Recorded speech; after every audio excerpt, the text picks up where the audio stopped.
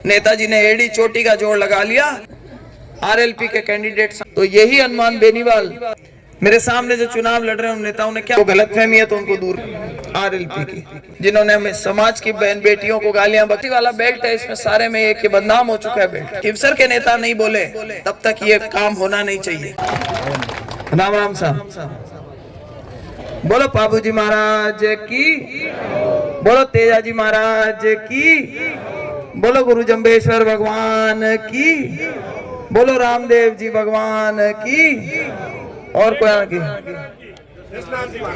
बोलो जसनाथ जी महाराज की होगी, कबीर साहिब की। मैंने अब की बार ठान रखा है सारे देवी देवताओं के आशीर्वाद लेने जिस गांव में जाओ, और 33 करोड़ देवी देवताओं की, और उससे भी ज्यादा 140 करोड़ देवी देवताओं की।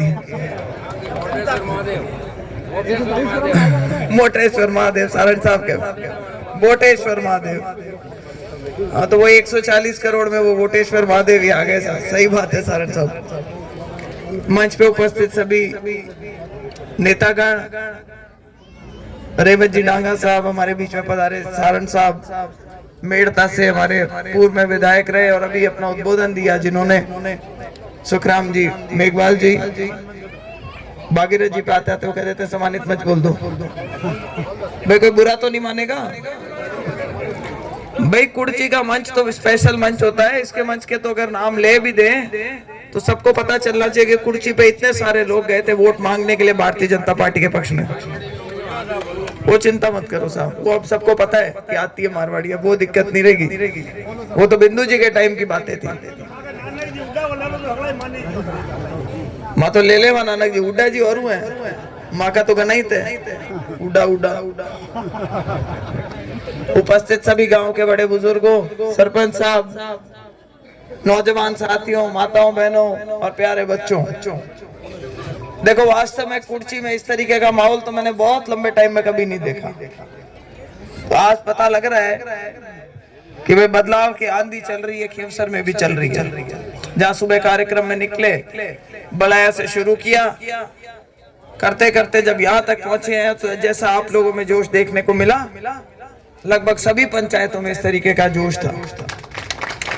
और उसका कारण है, और उसका कारण बताने में मेरे से पहले वाले वक्ताओं ने सारी बात रखी थी सामने। मैं कोई भाषण के हिसाब से नहीं बोलूंगी, आजकल सब लोग यूट्यूब पे और उस पे देख लेते हैं, लेकिन एक दो चीजें मैं बताना चाहूंगी।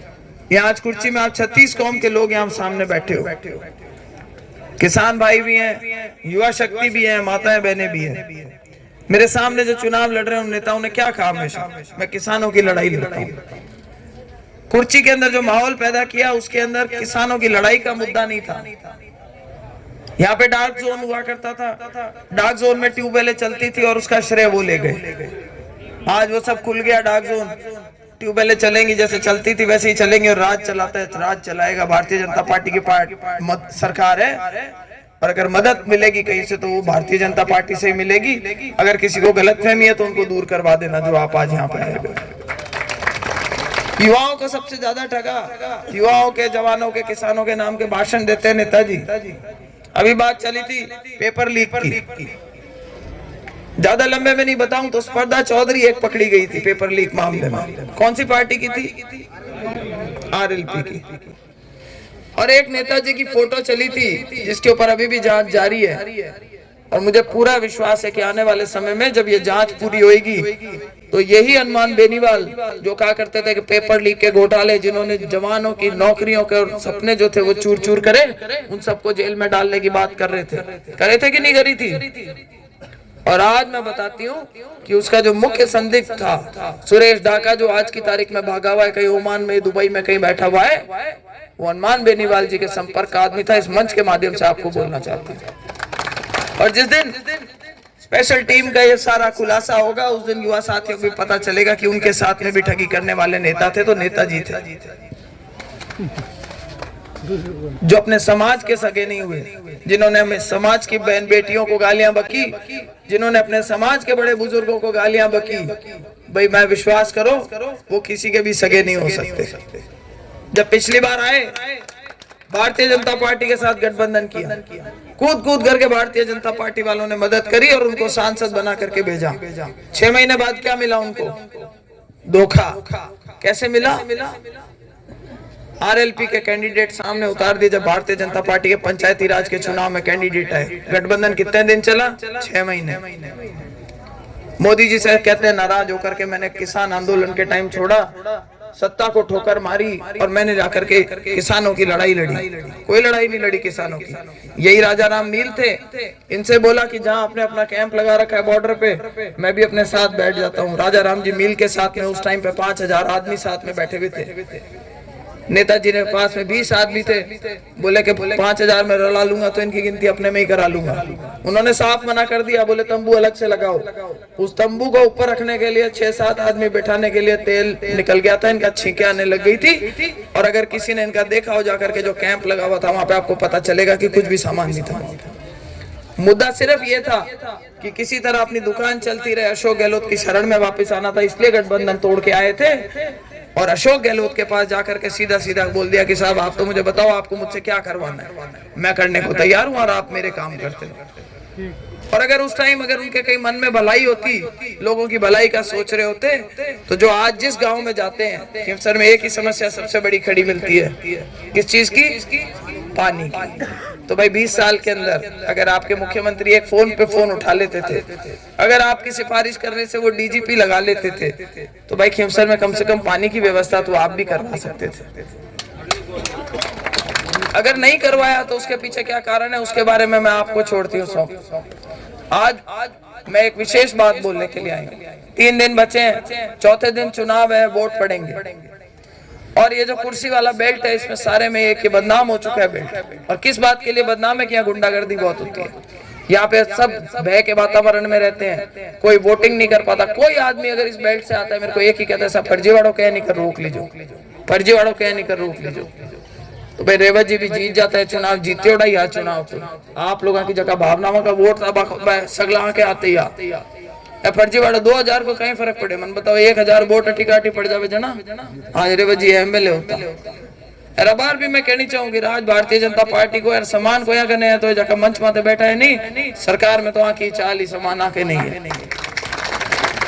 कोई भ्रम फैला सकते हैं कि राज कोई भी वो काम मैं कराऊंगा। और कुर्सी का उदाहरण देना चाहूंगी मैं, और मैं मंच पे खड़े होकर के आपको कहना चाहती हूँ, नेताजी के पास गए, यहाँ पे जीएसएस लगा, ट्रांसफार्मर रखने की बात आई, नेताजी ने उठा करके फेसबुक पे पोस्ट चढ़ाई।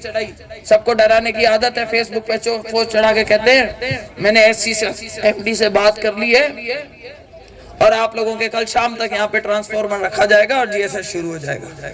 नीचे वो सारे के सारे आरएलपी जिंदाबाद, नेताजी जिंदाबाद वाले वो चालू है, दे दो। मैंने एक फोन करा एमडी साहब को, मैंने कहा एमडी साहब जब तक खिवसर के नेता नहीं बोले तब तक ये काम होना नहीं चाहिए। नेताजी ने एड़ी चोटी का जोड़ लगा लिया और आखिर जब जाकर के लोग मिले, तब जाकर के धनंजय सिंह जी और हमारे रेवत जी डांगा जी और जगदीश जी और हीर जी और सारे नेता एक साथ थे। जब जाकर के मिले तब जाकर के समझ में आया कि भाई ट्रांसफार्मर रखा, मुझे फर्क नहीं पड़ता, मैं आपकी सेवा करने की भावना से यहाँ पे आई हूँ। लेकिन मैं एहसास कराना चाहती हूँ कि वो जो नेताजी जिसको अपना दम बताते थे वो उनका दम नहीं है, वो राज का दम था। और राज आज किसके साथ में वो आपको सोचना पड़ेगा। इन्होंने एक फोन करा सबने मिलके वहां से एमडी साहब को और ट्रांसफार्मर आ गया और आपका जीएसएस चालू हो गया कुछ जगह। ये सिर्फ एहसास कराने के लिए था।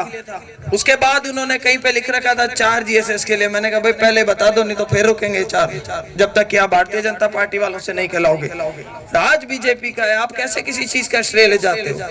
हम सांसद थे तब इनके नीचे 2-4 क्लर्क लगे हुए थे, वो चमचे थे। हम ट्यूबवेल सैंक्शन कराते थे, वो नीचे से लिस्ट निकाल करके देते थे, नेताजी फटाफट उठा करके फेसबुक पे चढ़ाते थे कि साहब मैंने ट्यूबवेल सैंक्शन करा दी। अगर हम कोई सैंक्शन सरपंचों की निकालते थे तो जिला परिषद में नीचे कोई क्लर्क बैठा होता था, तो नेताजी की छिया आती थी, वो बता करके फटाफट के साथ सैंक्शन निकली है और ये चढ़ाई वहां पे और श्रेय ले लिया। ये श्रेय लूटने का काम किया था। लेकिन अब आप विश्वास रखें, हम लोग आपकी यहाँ पे सेवा करने के भावना से आए हैं।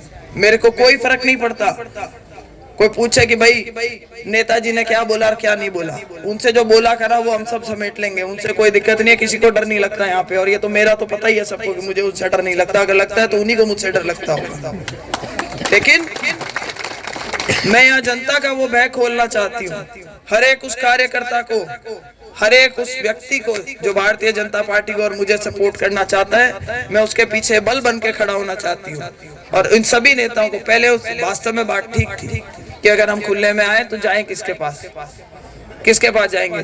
नेताजी को पता चल जाएगा हमने वोट दे दिए और फिर वो हमारे आटे निकालेंगे।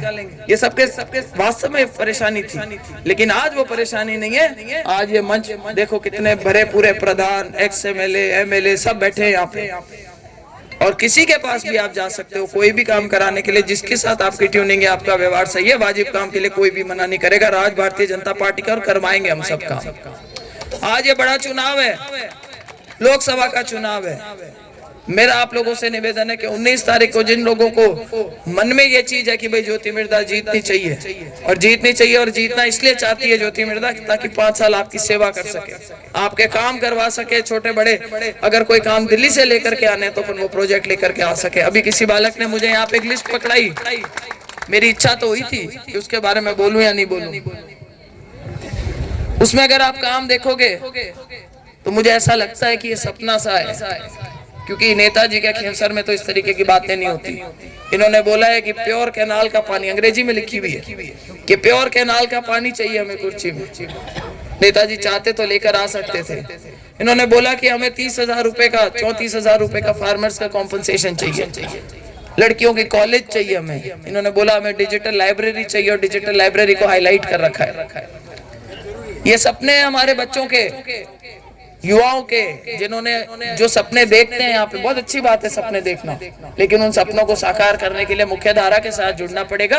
कुर्सी कोई अपने आप में देश या राज्य नहीं है, कुर्सी खेमसर का एक हिस्सा है। कुर्सी आज एक ऐसा गांव है जिसमें अगर जो सरकार राजस्थान में होगी उस सरकार से काम होंगे। अगर कुर्सी को हम एक अलग से एक देश की तरह ट्रीट करते रहेंगे कि यहाँ तो साहब नेताजी के भक्त है, तो यकीन मानो ये सपने जो हैं ये सपने के सपने ही रह जाएंगे। मुख्य धारा से जुड़े ये जो मेरे भतीजे हैं, जो दूर से मेरे को, आज अभी मैंने डीजे चल रहा था, स्वागत कर रहे थे, तो मैंने दूर से किसी को रामासामा करी, तो ये थोड़े से ना अटकते हैं रामासामा करने में। इनको लगता है रामासामा भी कर देंगे, गलती से वोट नहीं लग जाए, गिनती में नहीं आ जाए। तो मैंने भी मजे मजे में कहा रामासामा तो कर लो, इशारे इशारे में कहा। तो उसने इशारा किया, हम तो बोतल है, मगर कोई बात नहीं, राम राम ही कर रही हूँ। इशारे इशारे में बात चल रही, जीप में खड़े खड़े। तो मैं मेरे उन भतीजों को भी कहना चाहती हूँ कि आपके बाप दादाओं ने भी कभी ना कभी मेरे बाप दादाओं को वोट दिए, आप भी हमारे ही परिवार के हिस्से हो, अपने आप को हमसे अलग मत समझो। अगर हमारा बैर है तो एक व्यक्ति के राजनीति करने के तरीके से बैर है, किसी की कोई पर्सनल दुश्मनी नहीं है। वो जरूर हमें मंच पे खड़े होकर के गालियां बकते होंगे, हमारे बड़े बुजुर्गों को गालियां बकते होंगे, हम उनसे निबड़ लेंगे, कोई दिक्कत नहीं है। लेकिन मेरे वो जो भतीजे जो कहते हैं ना, बुआ जी ने सास रे भेज दो, हरियाणा पुगाए दो, बेड़ा भतीजा नहीं डोडा चाले जका क्या उपगारे थोड़ा मत मोटो टीलो मार जाए, और बुआ जी ने टेट दिल्ली पुगार भेजो जका काम था का सपना है नहीं, सपना साकार हो सके अपना। ये बात से आप लोगों ने कहनी चाहूँ कि खेमसर में कुर्ची में जोरदार वोट पीड़ो बोल दीजो एकर 19 तारीख का वोट पड़े, जना डरन की जरूरत को नहीं, यार कोई बस भय का वातावरण यहाँ से खत्म होना चाहिए। ज्योति मिर्धा सिर्फ ये चाहती है, बाकी आपकी स्वेच्छा है, आप किसको वोट दे, मुझे कोई दिक्कत नहीं है। आपकी हो सकता है विचारधारा मेरे से ना मिलती हो, दूसरों से मैच करती हो, लेकिन ये जो फर्जीवाड़े वाली रामायण है ना, इसको तो अब यहीं पे अंत करना पड़ेगा।